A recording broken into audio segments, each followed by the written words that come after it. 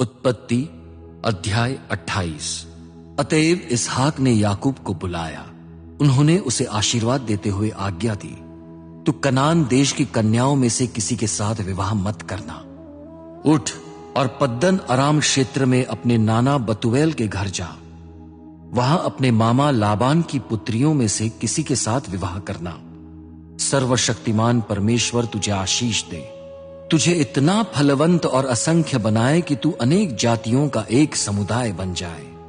वो तुझे और तेरे साथ तेरे वंशजों को अब्राहम की आशीष प्रदान करे, जिससे तू अपने प्रवास के उस देश पर अधिकार करे जिसे परमेश्वर ने अब्राहम को दिया था। इस प्रकार इसहाक ने याकूब को भेज दिया। वो पद्दन अराम क्षेत्र में लाबान के पास चला गया। लाबान अराम वंशीय बतूएल का पुत्र था। वो याकूब और एसाव की मां रिबका का भाई था। एसाव का एक और विवाह करना।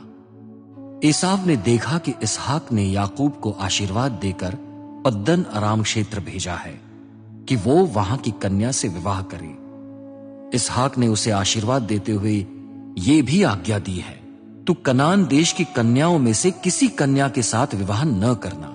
और याकूब अपने माता पिता की बात सुनकर पद्दन अराम क्षेत्र चला गया है। एसाव ने यह भी देखा कि कनान देश की कन्याएं उसके पिता इसहाक को बुरी लगती है।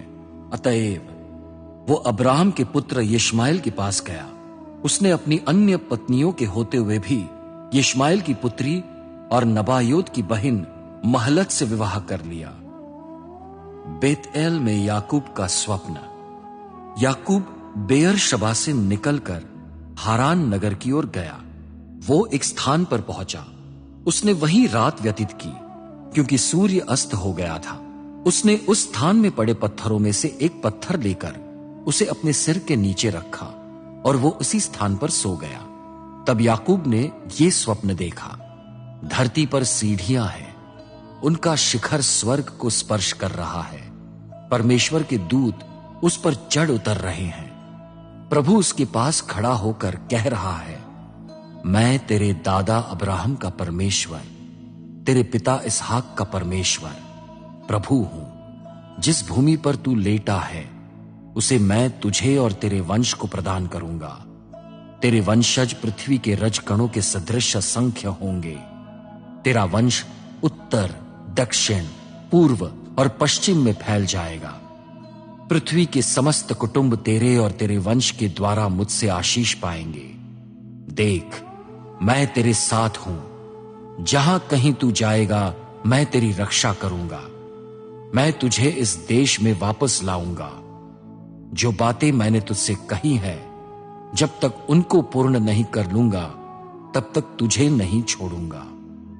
तब याकूब नींद से जाग गया। उसने कहा, निश्चय इस स्थान में प्रभु उपस्थित है। मैं ये नहीं जानता था। वो भयभीत होकर बोला, ये स्थान कितना भयावह है। ये परमेश्वर के भवन के अतिरिक्त और कुछ नहीं हो सकता। ये स्वर्ग का द्वार है।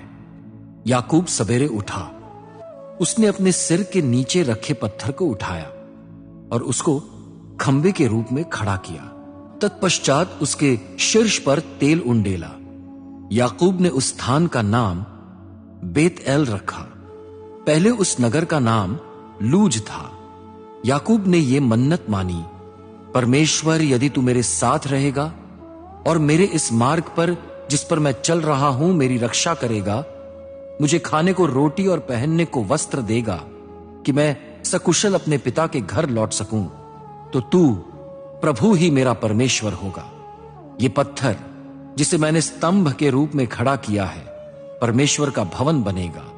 जो कुछ तू मुझे प्रदान करेगा उसका दशमांश मैं तुझे अर्पित करूंगा।